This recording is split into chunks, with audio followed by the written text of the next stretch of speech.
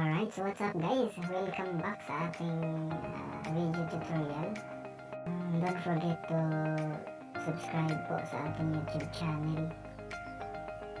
So, papakita ko lang po guys ang YouTube channel po natin.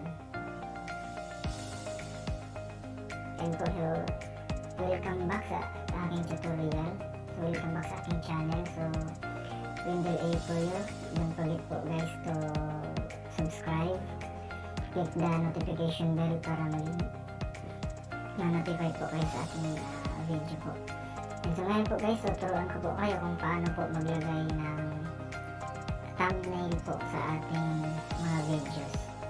Ayan, so yan guys, kung napansin po niyo may mga thumbnail po yung ano ko, ito wala. So ito pong may alma mater, ito pong may alma mater, my home. Lalagyan po natin yan ng thumbnail guys, no? So ngayon guys, simulan na po natin ang ating video tutorial.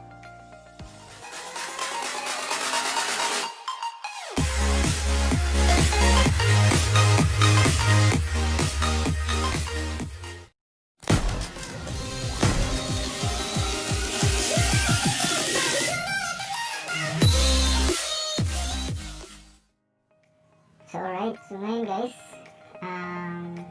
kung wala po kayong YT Studio, napaka-importante po guys na meron po tayong YT Studio para po sa paglagay ng ating mga thumbnails. Kung wala po, download po kayo sa Play Store. Play Store po guys, papakita ko po sa inyo. Then search nyo po YT Studio. Then click nyo po ang download guys para magkakaroon po kayo ng YT Studio. So, napakahalaga po na meron po tayong YT Studio. Malaking tulong po ito para po sa atin kapag nag-YouTube vlog po tayo. So YT Studio po, pakikita ko lang sa inyo.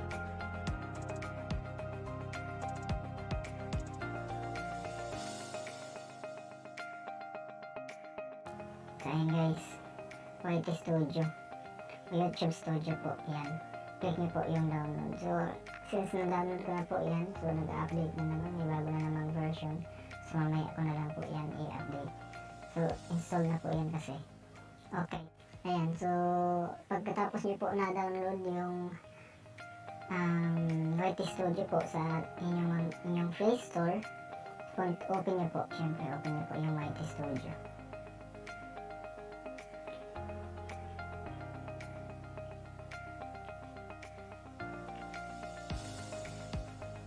Ayan guys, so dito po sa YT Studio, hahanapin natin yung videos na gusto natin lagyan ng thumbnail.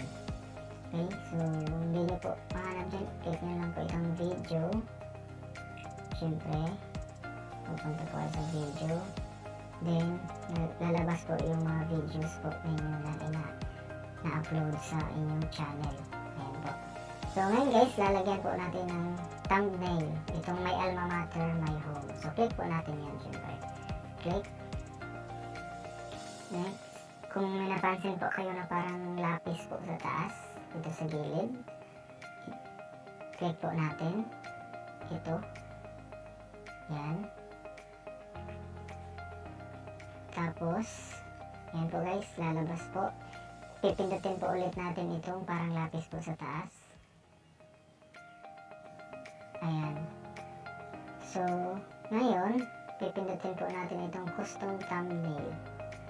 Although nag-suggest naman po si YT Studio po ng mga thumbnail, pwede din po yan. Pero kung gusto nyo kayo ang gagawa ng thumbnail, syempre, ito pong custom thumbnail.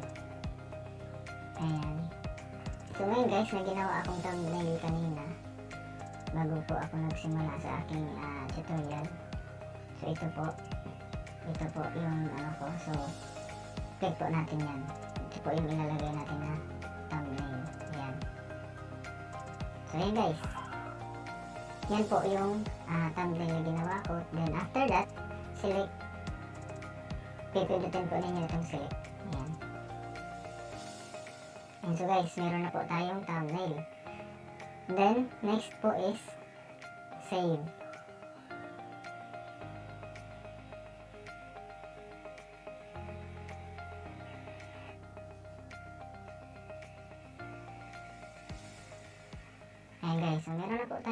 guys.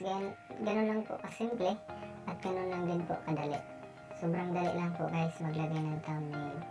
So I hope guys nagustuhan po ninyo. And again po, don't forget to support po. Hindi po kalimutan mag-support sa aking YouTube channel. Please click the subscribe button, notification bell, and syempre guys, huwag nyo na rin po kalimutan mag-likes po ng aking mga videos. So maraming salamat po. Pwede po kayo mag-comment po sa baba itong video ko po para sa suggestion po kung ano ang susunod kong gawin na tutorial. So yun po guys, gagawin ko po ang lahat para makagawa pa ako ng tutorial na ayon po sa request po ninyo. Again guys, Wendell A for you.